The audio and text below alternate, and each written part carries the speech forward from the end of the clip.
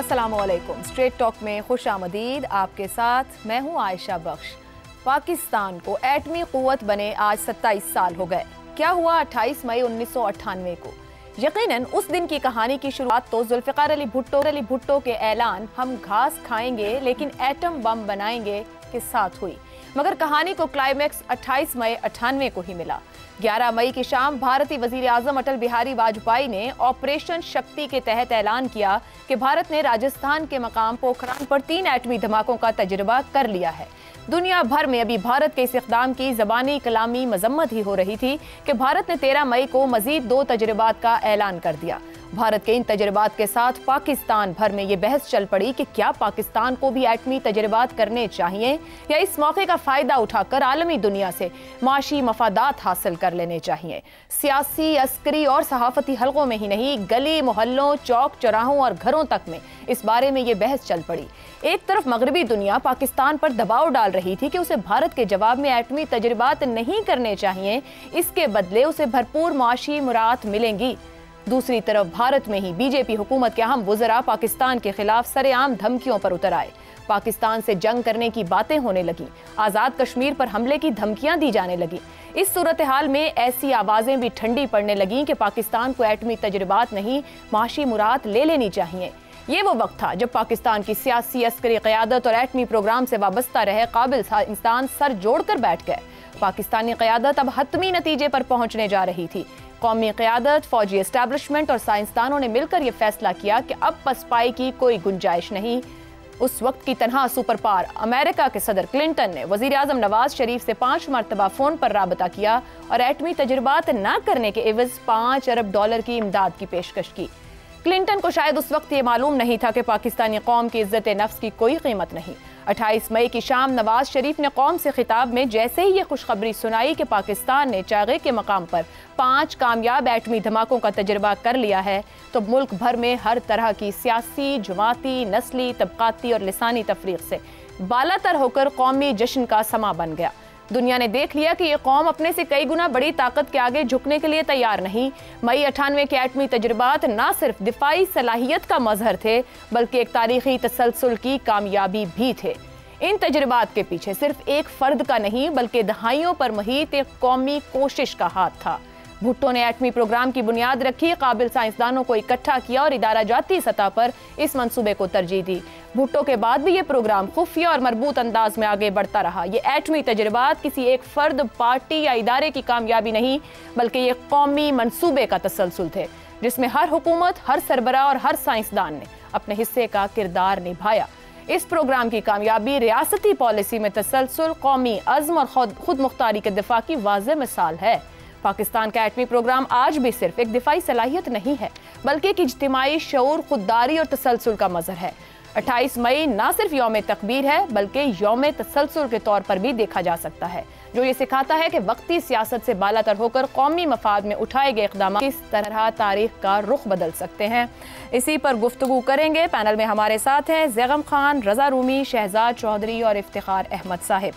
Programme का सवाल इसी कामयाबी पर होगा, मगर ये कामयाबी बाकी सेक्टर्स में क्यों ना हो सकी जिन्होंने हमें और ताकतवर बनाना था, उस पर सवाल रखूंगी। लेकिन आज पैनल को भी और पैनल के साथ आपको भी, क्योंकि एक पूरी नस्ल गुजर गई, 27 साल पीछे जाएंगे। 27 साल पहले 98 में 11 मई से 28 मई तक का वक्त पाकिस्तान के लिए कैसा था? आप सभी से इस पर आगाज़ करूंगी। शहजाद चौधरी साहब, कुछ भी जो आप शेयर करना चाहें, अपना ज़ाती तजुर्बा, उस वक्त का जज्बा, सोच का सफ़र कैसा था उन 18 दिनों के लिए? आपके ख्याल में क्या सोच रहे थे, क्या हम कर पाएंगे, नहीं कर पाएंगे, क्या होना चाहिए, क्या नहीं होना चाहिए? आयशा, मैं आज तक कभी इस सब्जेक्ट पे बोला नहीं हूँ, लेकिन आपको और हमारे सुनने वालों को शायद सुनकर हैरानगी होगी कि जिस दिन 28 मई को जिस ब्रीफिंग का जिक्र किया जाता है, जो कि नवाज शरीफ साहब ने और उनकी कैबिनेट ने नेशनल डिफेंस कॉलेज में अटेंड की थी, और वो 3 घंटे का सेशन 4 घंटे का चला था, वो मैं ही प्रेजेंट कर रहा था। क्या बात है। मैंने आज तक इसका जिक्र कभी किसी से नहीं किया। मैं 4 अफसरान का पैनल था, 4 अफसरान का पैनल था। शेक हैंड हो गया जी यहाँ पर।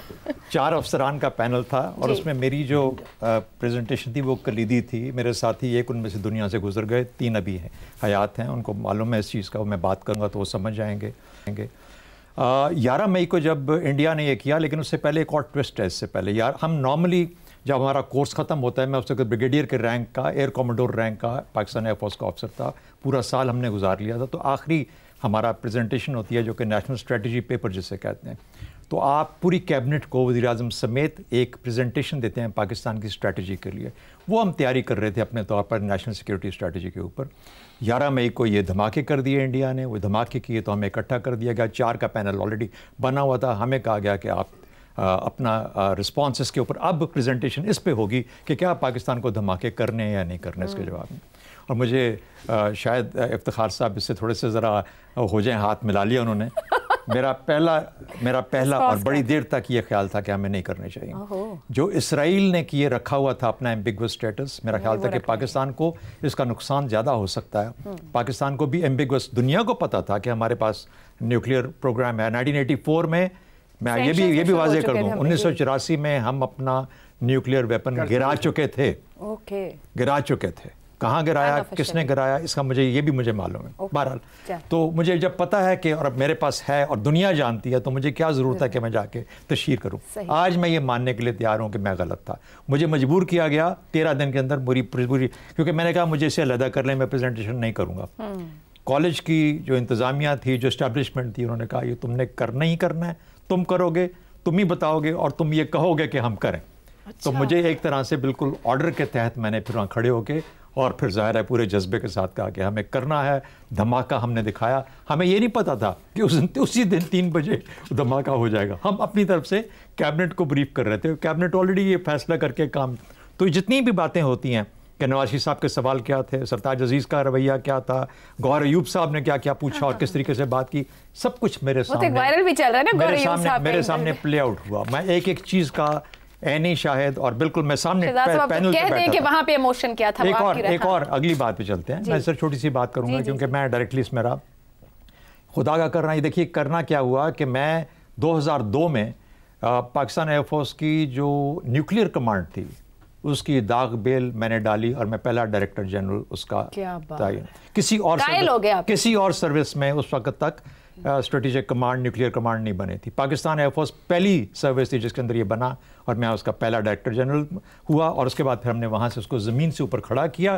ماشاءاللہ آج آپ کے سامنے ڈیٹرنس کے طور پہ اویلیبل ہے. آرمی کے اندر بھی ہے، نیوی میں بھی ہے، اور پھر ایس پی ڈی نے اس کو اس کا ایک سینٹر بنا اور اس طریقے سے چلی. تو میرا تعلق اس سے بہت گہرا، بہت پرانا ہے. اس سے پہلا بھی ہے، اس سے پہلے بھی ہے. میں اس کا ذکر نہیں کروں گا کیونکہ یہ 1984 کا سفر ہے اور اس 1984 کے سفر سے لے کے 1998 تک کے درمیان والے جو معاملات ہیں میں ان کو چھوڑ دیتا ہوں. نواز شریف کیا چاہ رہے تھے؟ کتاب لکھی جانی چاہیے. میں کہنے والی تھی کہ کتاب کی کمٹمنٹ کریں کہ آپ کم از کم اس پہ لکھیں، لیکن نواز شریف کا کوئی ایکسپریشن شیئر کر دیں گے بس کم، اگر کچھ بولنا نہیں. لیکن نواز شریف صاحب خاموش سے زیادہ سن رہے ہمیشہ. ہی از آلویز. نہیں، میں نے ان کی اور بھی بہت سے، ایک اور بھی میں آپ کو بتاؤں.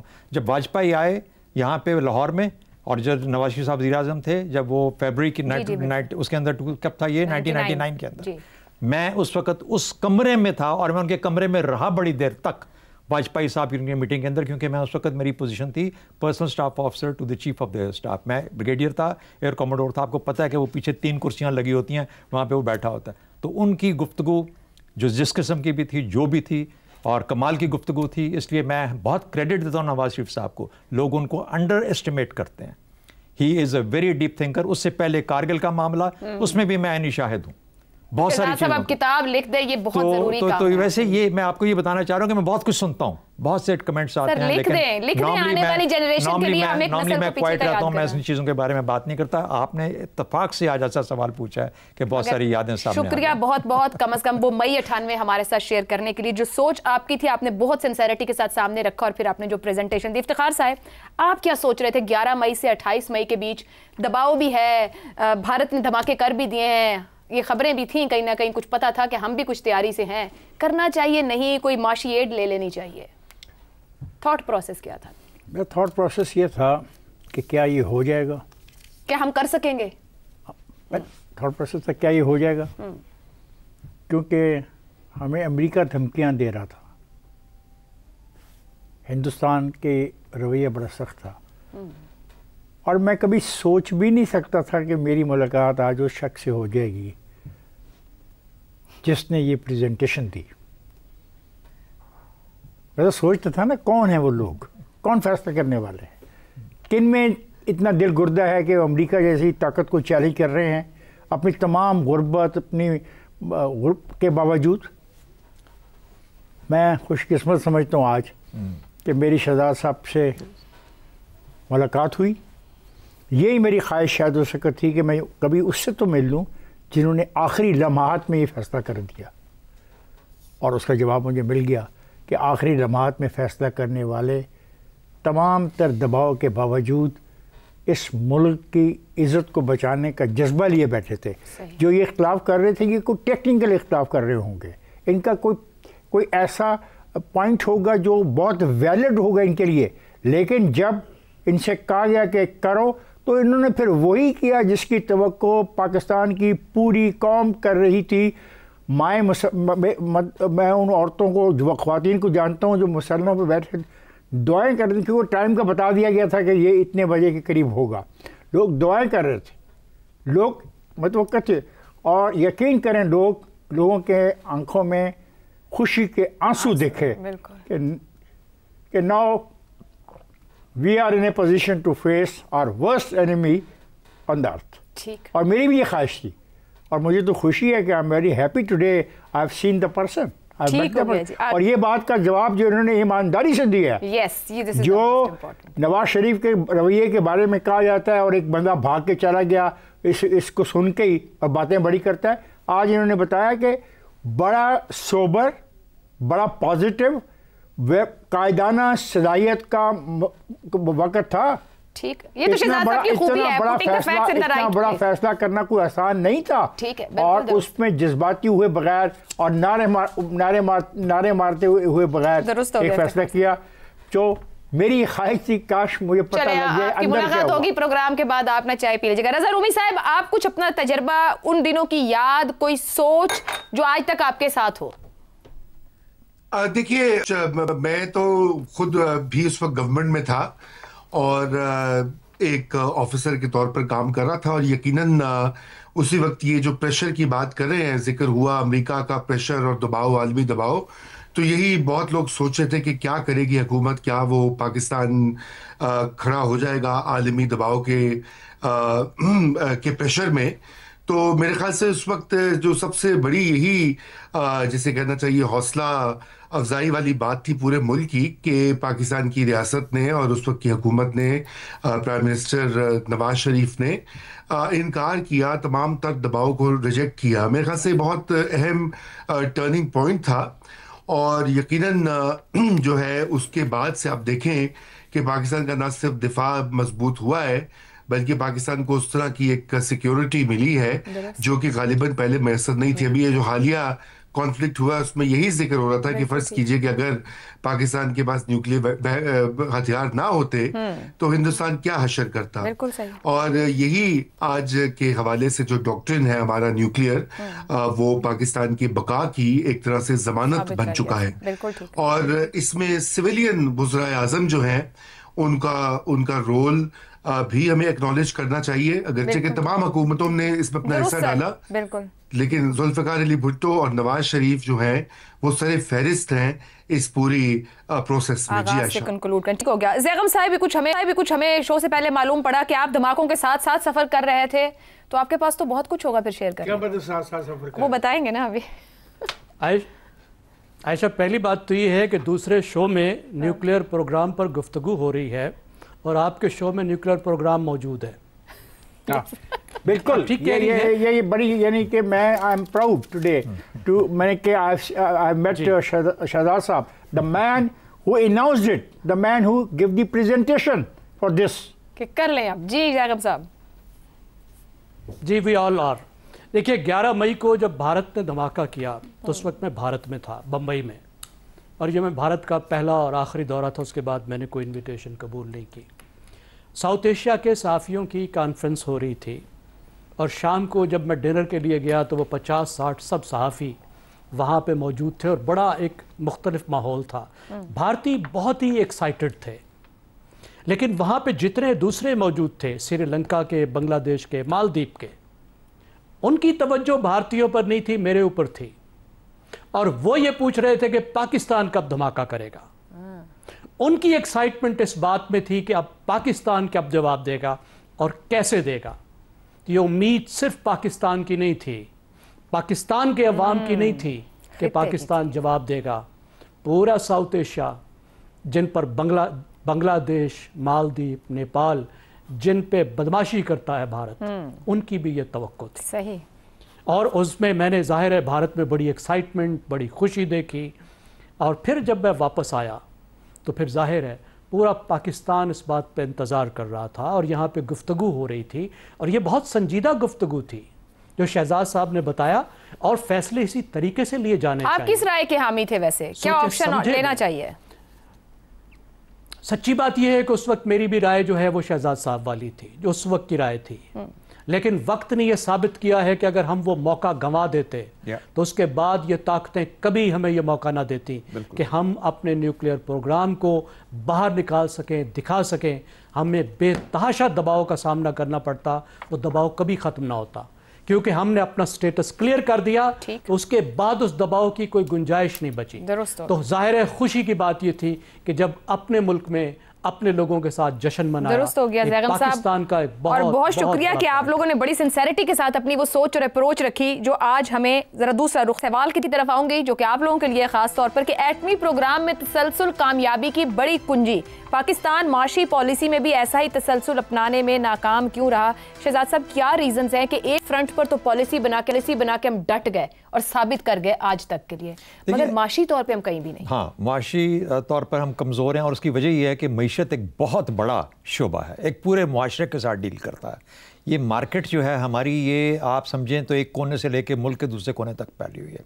ये न्यूक्लियर प्रोग्राम नहीं है जिसके अंदर आपने 100-150 लोगों को बगैर मतलब अपने अपने हिस्से की जिम्मेदारी दे दी। उन 100-150 लोगों ने काम करके उनको जब जोड़ा तो एक न्यूक्लियर बॉम्ब बन गया, और फिर उसके बाद आपने उसके ऊपर एक निज़ाम बनाया।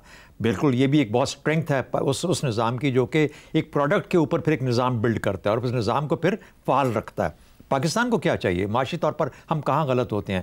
जब आपने सूबे बना दिए, 18वीं तरमीम दे दी, उसके बाद जिम्मेदारियाँ दे दी, तो क्या वजह है कि जो सूबे के इंचार्ज हैं वो अपना काम उस तरीके से ना करें? इसके अंदर आपकी सफाई, आपकी हेल्थ, आपकी जिसको भी जो मर्जी पकड़ लें आप हिस्सा, आपकी मार्केट्स, आपकी जब कुर्बानी आने वाली है, इसके ऊपर जो टैक्स लगना है, इसकी कलेक्शन, आपके जो चालान आपने कहे हैं उनको जो जमा करना है, उसके अंदर क्या आपकी शफाफियत है? ये तमाम चीज़ें जब तक एक एक शोबा, एक एक हिस्सा अपना काम सही नहीं करेगा, हमारी मुकम्मल मईशत उस तरीके से ऊपर नहीं आएगी। हम हिस्सों बखरों में बैठे रहेंगे कि वज़ीर-ए-आज़म, हमारा वज़ीर फाइनेंस जो है वो तो बहुत अच्छा काम कर रहा है, स्टेट बैंक तो बहुत अच्छा काम कर रहा है, लेकिन कहीं ना कहीं पे किसी वज़ीर, सूबे का वज़ीर आला या उसकी टीम या उसका फाइनेंस या उसकी जो बाकी कैबिनेट में से लोग कुछ ढीले हैं, काम उस तरह का नहीं कर रहे। इस वजह से हम उस लेवल पर नहीं पहुँच पाए। मेरा ख्याल है कि इसको भी उसी तरीके से, मेरी सजेशन ये है, क्योंकि ये बहुत बड़ा सब्जेक्ट है मईशत का, इसको यानी होता है ना अलग-अलग डिसएग्रीगेट हिस्सों में करें, हिस्सों में करके उसके बाद जिम्मेदारियां दें, और उस हर दफ़ा उस जिम्मेदारी से आप फिर तयन करें कि भाई तुमने किया भी है या नहीं किया, उससे जवाबदेही करें, अकाउंटेबिलिटी करें। तब जाके तो हम एक माशरे के तौर पे एक ऐसी मईशत बना पाएंगे जो दोनों जुड़े होंगे, और फिर उतनी ही मजबूती आएगी जितनी कि न्यूक्लियर प्रोग्राम में आती है। दुरुस्त हो गया। लेकिन हमारे हमसाया मुल्क में हमें ये दिखता है कि वहां पर हमें एक माशी तौर पर वो उभरते हुए नजर है, एक तसलसल है। ये सवाल ब्रेक के बाद रखी, हुकूमतें क्यों नहीं उस तसलसल को अपने मफादात को साइड पे रखते हुए अपना पाएं? इस ब्रेक के बाद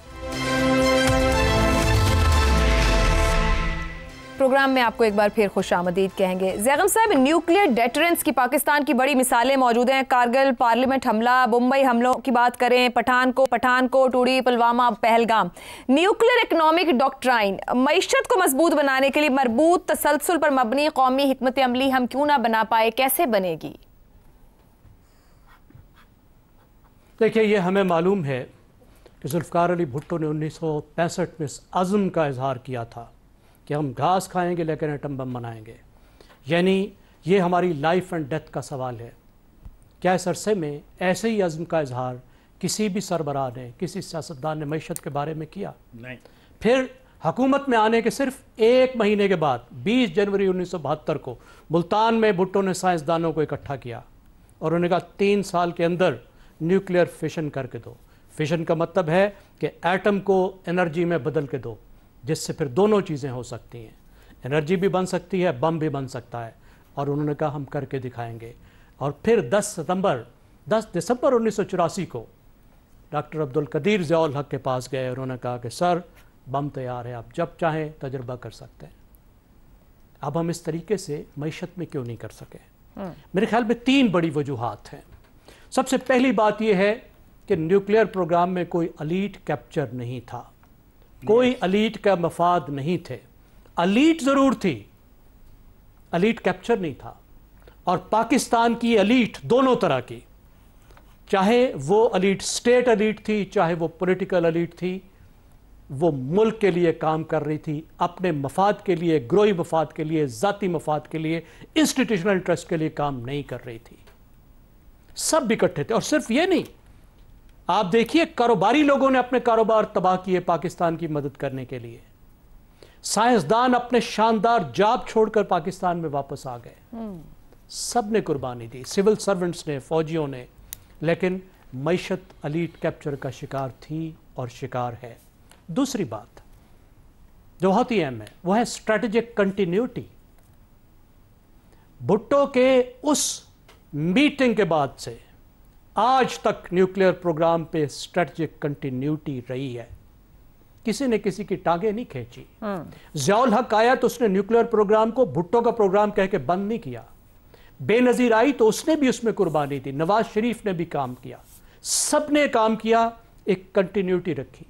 लेकिन मईशत में तो उखाड़ पछाड़ है, टांगे खींची जाती हैं, सियासी एजेंडे होते हैं, कोई एक तरफ निकल जाता है, कोई दूसरी तरफ निकल जाता है। एक प्रोग्राम लाता है तो दूसरे उसको नाकाम करते हैं। आपने देखा PIA की प्राइवेटाइजेशन होने लगी तो वहाँ PTI और पीपल्स पार्टी बैठ दी कि नहीं होने देंगे। GST लगने देती है तो वो नहीं होने देते, टैक्स रिफॉर्म नहीं होने देते, हिम्मत नहीं करते, पॉलिटिकल प्राइस करने को तैयार नहीं करते, सिर्फ इलेक्ट्रल साइकिल में सोचते हैं। 5 साल का इलेक्ट्रल साइकिल होता है, हमारे यहाँ तो माशाल्लाह 3 साल का होता है। और तीसरी और आखिरी बात, इंस्टीट्यूशंस, अदारे, जो इदारे न्यूक्लियर प्रोग्राम से डील कर रहे थे उस पर बहुत केपेबल लोग बैठे हुए थे। वो केपेबल अदारे थे, वेल स्टाफ थे और उनके पास जो चाहिए था वो मौजूद था। मईशत को चलाने वाले जो इदारे हैं वो पोलिटिसाइज्ड हैं, इनएफिशिएंट है, सियासत का शिकार। दुरुस्त हो गया। ये तीनों चीजें ऐसी हैं जिन्होंने डिफरेंस डाला। रज़ा रूमी साहब, ये 2 बिल्कुल मुख्तलिफ डायरेक्शंस नजर आती हैं। एटमी प्रोजेक्ट एक नेशनल प्रोजेक्ट बनता है, कौम भी पीछे खड़ी है जी, घास खा लेंगे, बम बनाएंगे, और जिन लोगों ने लीड करना था, जो फैसला किया, वो उसके साथ खड़े रहे, फिर दहाइयां गुजर गई। दूसरी तरफ हम मईशत की बात करें तो वहां सियासत भी है, मफादात भी हैं, अपना अपना रंग ढंग भी है। क्या ये 2 मुख्तलिफ माशरे थे, 2 मुख्तलिफ तरह की एलीट मौजूद थी, मुख्तलिफ तरह के लोग हैं? क्या एक कौम एक माशरे के तौर पर नहीं थे? यही नाकामी है सबसे बड़ी। देखिए, बहुत सारी इसमें अवामिल हैं। कुछ तो ज़ैगम साहब ने ऑलरेडी उसका जिक्र कर दिया, लेकिन वाकया कुछ इस तरह से है कि दिफाई जो पूरी हमारा एक डॉक्ट्रिन था, उसमें मईशत को हमने नज़रअंदाज किया बहुत हद तक। ये तो अभी कहीं जाके पिछली 1 दहाई में हम देख रहे हैं कि जो हमारे स्ट्रेटेजिक थिंकर्स भी हैं या प्लानर्स हैं या पॉलिसी मेकर्स हैं, वो अब कहते हैं कि आज के ज़माने में मईशत जो है वो सबसे अहम जुज़्व है आपके दिफा का। और ये बात जो है, अब वो खुदा का शुक्र है कि ये अब इसके ऊपर एक कंसेंसस इमर्ज कर गया है। अब अगला सवाल ये है कि उसको कैसे करना है। अगर आप माजी की तरफ देखिए तो एक तो जो बात कही पॉलिसी कंटिन्यूटी की, ये आपने एटमी धमाकों से अगर आप देख लीजिए कि कितनी हुकूमतें तब्दील हुई हैं उसके बाद। 98 में ये धमाके हुए तो ये ना भूलिए कि 99 के में ही पाकिस्तान में एक बहुत बड़ी सियासी तब्दीली आई, जनरल मुशर्रफ इक़्तिदार में आ गए। और अगर उसके बाद 9/11 ना होता तो वो जो 25-30 अरब डॉलर पाकिस्तान में आए वो शायद ना आते, और जो भी उस जमाने में तरक्की हो रही थी उसका जिक्र किया जा रहा था कि जी बहुत हाई ग्रोथ रेट गया है। तो हमारी सारी जो मईशत को वो फरोग देने का जो अप्रोच थी वो बैरूनी इमदाद पर मुनहसर थी। और चाहे वो अयूब खान का ज़माना हो, ज़ियाउल हक का ज़माना हो, मुशर्रफ का ज़माना हो, और वो हम कहते थे जी कि इन अदवार में तरक्की ज़्यादा होती है वगैरह वगैरह।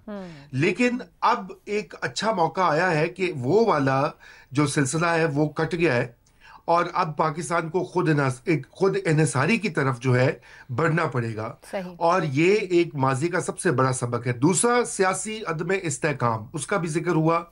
آپ دیکھ لیجئے 2016 میں کیا ہوا اس ملک میں، شرح ترقی کافی اوپر تھی اور معیشت ایک سمت میں جائے تھی، سی پیک سٹارٹ ہو چکی تھی، اور اس ساری چیز کو دھڑام سے ایک تجربے کے لیے زمین بوس کر دیا گیا. آج تک نہیں سنبھل پائی ہے معیشت، ایک دہائی ہونے کو ہے. تو ہم نے یہ دہائی جو ہے پچھلی یہ ویسٹ کی ہے. اس طرح کی عائشہ پہلے ہم نے بہت سارا وقت اپنا ضائع کیا ہے.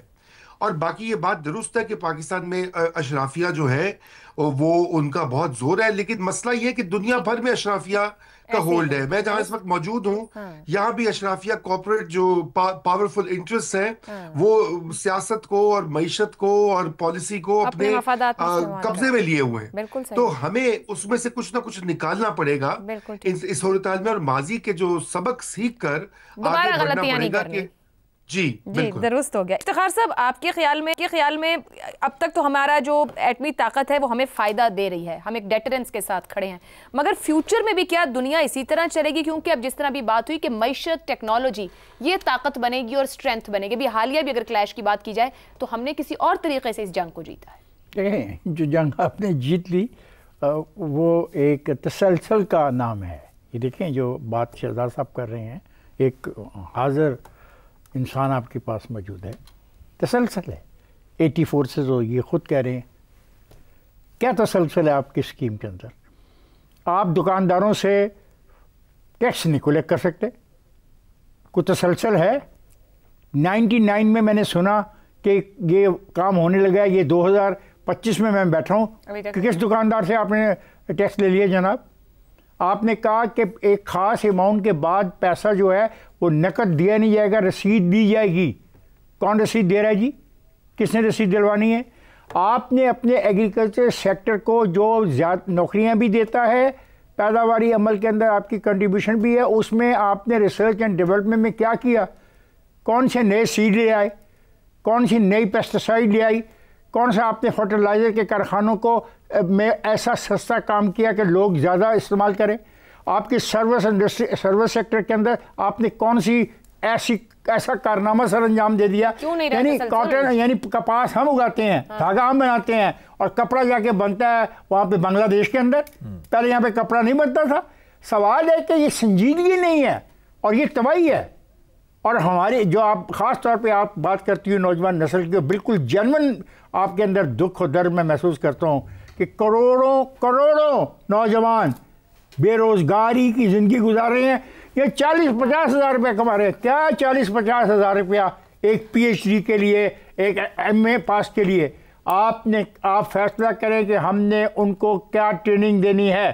جو جس ٹریننگ کا فیصلہ کیا گیا تھا نا بھٹو کے دور میں کہ گھاس کھائیں گے بم بنائیں گے، تو بم بنانے کے لیے کوئی ٹریننگ ہوگی، کوئی تیاری ہوگی، کوئی ریسرچ ہوگی، کوئی تنظیم بنائی گئی ہوگی. تو آئیں یہ فیصلہ کریں کہ ہم اپنی معاشی ترقی کے لیے فنڈامنٹل ڈیسیژن کریں. کوئی تو اقتدار میں آئے، کوئی اقتدار میں نہ آئے، اس میں عمل جاری ہے. معاشی ترقی کے لیے کی ضرورت ہے کہ اگلے 27 سال میں آپ منصوبہ بندی کر کے ثابت کر پائیں گے. اس بریک کے بعد پروگرام کے آخری حصے میں ایک بار پھر آپ کو خوش آمدید کہیں گے. 28 مئی کا بڑا سبق، نیوکلیئر ڈیٹرنس کے 27 سال. مختصراً پینل سے جانیں گے کہ ہم نے 28 مئی 98 کا امپیکٹ 10 مئی 25 پر دیکھا ہے. یہاں سے اگلے 27 سال کی منصوبہ بندی، شہزاد صاحب کیا بڑے بڑے نکات ہیں کہ ہمیں اس رخ پر بڑھنا ہے؟ عائشہ، 1979 میں چین نے فیصلہ کیا کہ وہ ایک مختلف قسم کی اکانومی بننا چاہتا ہے، اور اس نے جو پھر کیا اس کو پڑھنے کی ضرورت ہے تاکہ ہم اس سے ایک رستہ اور ایک سبق لے سکیں. 1989 میں 99 میں انڈیا نے فیصلہ کیا کہ وہ ایسے نہیں رہیں گے، وہ جو نیرووین اکانومی ہے وہ نہیں چلے گی، اب ان کو بدلنا ہے. انہوں نے جو فیصلے کیے اور جس طریقے سے اپنے آپ کو بدلا اس کو بھی پڑھنے کی ضرورت ہے. پاکستان بدقسمتی سے آج تک وہ فیصلہ کر ہی نہیں پایا کہ ہم کس قسم کی اکانومی بننا چاہتے ہیں. ہماری اکانومی ایگرو اکانومی بھی رہی ہے، ہماری اکانومی انڈسٹریل اکانومی بھی ایوب خان کے زمانے میں بنی ہے، پھر جب یہ شوکت عزیز صاحب آئے تو کنزمپٹیو اکانومی بن گئی، کنزمپشن کے اوپر بیس کر کے. اب ہم انفارمیشن اکانومی کی بات کریں. مسئلہ یہ ہے کہ جو بھی ہمارے سوچ والے لوگ ہیں وہ اپنے 2-2 3-3 سال گزارتے ہیں.